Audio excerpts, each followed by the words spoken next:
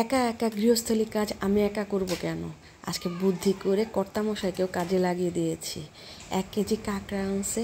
কাঁকড়াগুলো দেখতে অনেক সুন্দর, সুন্দরবনের কাঁকড়া মনে হচ্ছে, একটু শ্যাওলাও আছে কাঁকড়ার গায়ে। কাঁকড়া খেতে অনেক পছন্দ করি, বাচ্চারাও পছন্দ করে, কিন্তু কাঁকড়া কাটাটা আমার বিশাল ঝামেলার। আমি 2-1বার কাঁকড়ার চিপা খেয়েছি, যার ফলে আর কাঁকড়া কাটতে ভয় পাই। কাটতে যে পারি না তা না, বড়মশাইকে দিয়েই কাটাই বলে আমি কাঁকড়া কাটতে পারি না। সেও অবশ্য কেটে দেয়, ও সবগুলো কাঁকড়া কেটে দিয়েছে, আর আমি এই যে ধুয়ে তারপর পরিষ্কার করে এই যে নিয়েছি।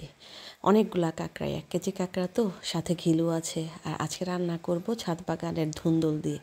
এত পরিমাণ ধুন্দুল হয়েছে, আপনারা তো আমার আগের ভিডিওতে দেখেছেনই। একদম ধুন্দুল দিয়ে এত এত রেসিপি রান্না করতেছি, নতুন নতুন রেসিপি বের করতেছি। কি করব, ছাদের ধুন্দুল ফেলে দেওয়া তো যায় না। একদম জৈব সারে শাকসবজি খেতে খুব ভালো লাগে। ধুন্দুলগুলো এত মিষ্টি, খুবই টেস্টি। যাই হোক, আজকে আপনাদের ধুন্দুল দিয়ে কাঁকড়া রেসিপি দেখাবো। কাঁকড়া ভুনা খেতে ভালো লাগে, কিন্তু কোনো সবজি দিয়ে রান্না করলেও কিন্তু খুবই টেস্টি লাগে। অল্প একটু তেল দিয়ে তার মধ্যে পেঁয়াজ দিয়ে হালকা একটু নাড়াচাড়া করে নিয়েছি। এরপর কাঁকড়াগুলো দিয়ে দিয়েছি, একটুখানি কষিয়ে নেব।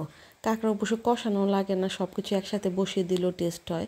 তবে আজকে একটু কষিয়ে নিচ্ছি, এক এক দিন এক একভাবে রান্না করি, যখন যেরকম মন চায়। একটুখানি হলুদ আর একটুখানি লবণ দিয়ে তারপর নাড়াচাড়া করে নিচ্ছি, কষিয়ে নিচ্ছি। লবণের পরিমাণটা একটু কমই দিবেন, কাঁকড়া একটু মিষ্টি মিষ্টি থাকলেই ভালো লাগে। এখন সব ধুন্দুলগুলো দিয়ে দিচ্ছি। ধুন্দুলগুলা এরকম এই যে ছোটো ছোটো ঝিরিঝিরি করে কেটে নিয়েছি। এরপর ঢাকনা দিয়ে ঢেকে দিলাম। কেউ আবার আমার ঢাকনা দিয়ে হাসবেন না, আমি সামনে যা পাই তা দিয়েই কাজ চালাই। এত ব্যস্ত থাকি যে আলাদা করে যে ঢাকনাটা নিয়ে আসবো এই সময়টা আসলে পাইনি তখন। যাই হোক, এই যে ধুন্দুলগুলো দিয়ে ঢেকে দিয়েছিলাম। ও, আর একটা মজার ব্যাপার বলি, আমি যখন কোনো কিছু কাটি দেখা যায় ঢেঁড়স, ঝিঙ্গা বা ধুন্দুল একটা না একটা থাকবেই, সেটাই খুন্তি দিয়ে ছোট ছোট করে নিচ্ছি। এখন ওই কাঁচামরিচ দিব, তো কাঁচামরিচ নিতে আসলাম। ওই ছাদ বাগান থেকে আমার বড়মশাই এগুলো নিয়ে আসছে।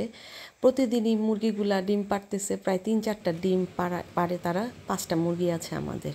আর এই কাঁচামরিচগুলো আমাদের ছাদ বাগানের। এই কাঁচামরিচগুলো দেখতে চিকন হলেও বিশাল ঝাল। গিলুগুলো দিয়ে দিলাম। এখন কাঁচামরিচগুলো ছেঁচে তারপরে দেব। ছেঁচে দিলে ঝালও বেশি লাগে, আবার সুন্দর একটা গন্ধ বের হয়, আমার খুব ভাল লাগে। তরকারি যখন হয়ে যায় শেষের দিকে এই কাঁচামরিচটা ছেঁচে আমি দিয়ে দিই, খুব ভাল লাগে। আপনারাও একবার ট্রাই করবেন, দেখবেন অনেক টেস্টি। ওই গামলাটা একটুখানি ধুয়ে হালকা জল দিয়ে দিছি। ধুন্দুলেতে এমনি জল ওঠে, আমি আর জল দিই নাই, ধুন্দুলের জলে এইগুলো। আর একদম শেষে হালকা একটুখানি জিরা আর গোলমরিচের ভাজা গুঁড়াটা দিয়ে দিচ্ছি। আমার রান্না কমপ্লিট। একদম সিম্পলভাবে রান্না করা, কিন্তু এত টেস্টি, সবুজ সবুজ